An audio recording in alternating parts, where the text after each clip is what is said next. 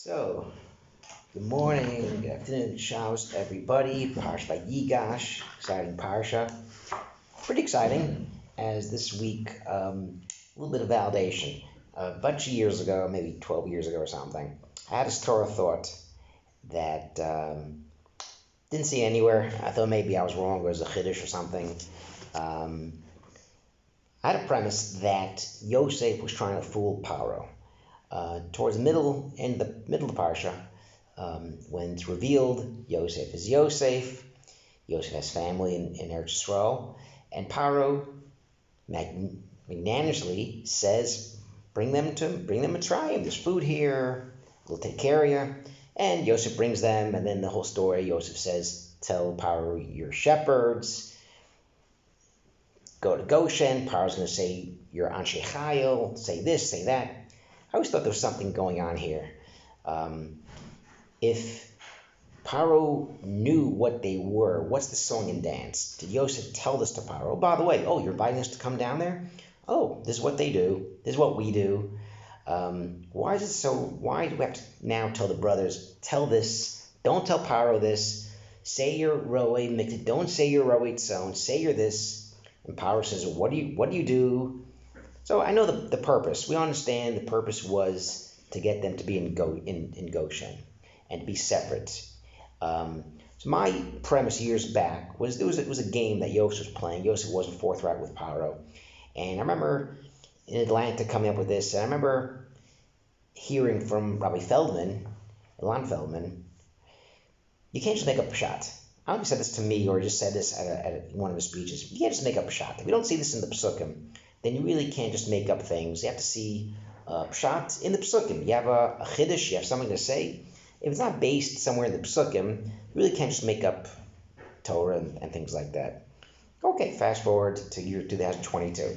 So, reading in my Ordas pamphlet that comes to me each week, and the alshich says pretty much what I was alluding to. So a little bit of validation that I wasn't a total guy, make up my own Torah. But the alshich talks about what's taking place and what the back and forth was. The purpose really was Yosef to get everyone to come down there and be separate. To be separate, live in Goshen, whether it's a province of Ramses, province of Goshen, whatever the case is, to be separate and to serve Hashem in Gullus, to start the Gullus, which would start the Geula, but to be separate, and not to be constant, not to be scattered around. Assimilation. It was important to send Yehuda down first to kind of establish where to go, establish yeshivas, a place to live, a place to learn. And that was the end goal. And the way to do this, was to tell the brothers, we have to kind of plan something, plan ahead how we're going to pull this off. Because he thinks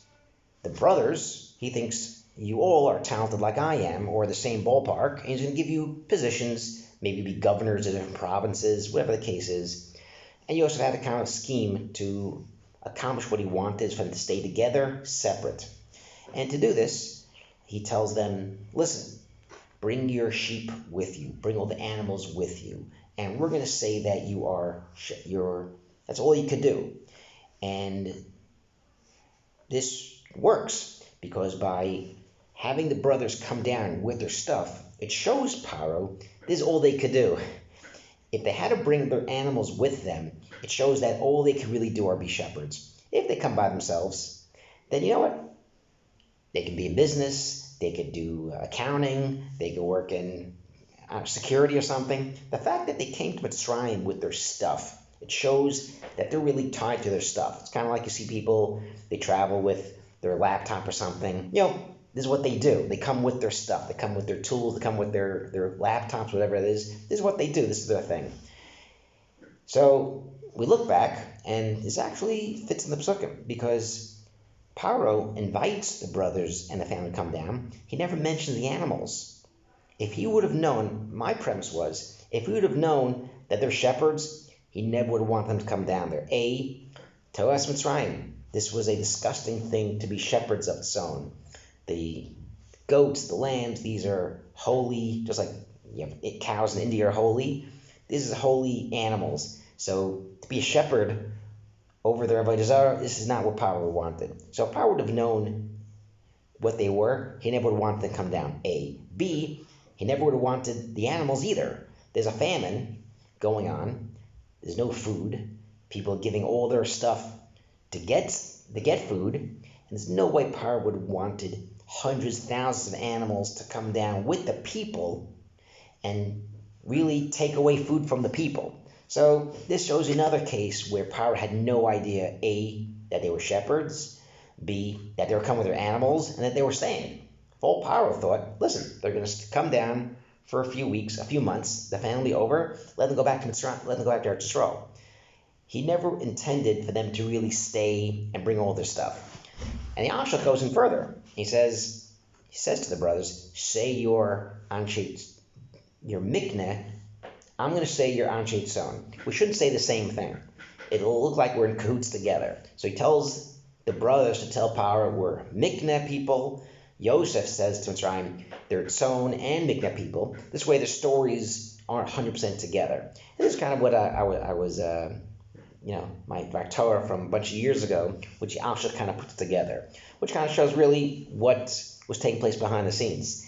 That Paro had no idea what the story was with the brothers, and Yosef more or less left it out. He literally did not tell Paro deliberately, and this way when it comes down to Mitzrayim, it will be a total shock when Paro sees all the animals, and then he hears that they're shepherds.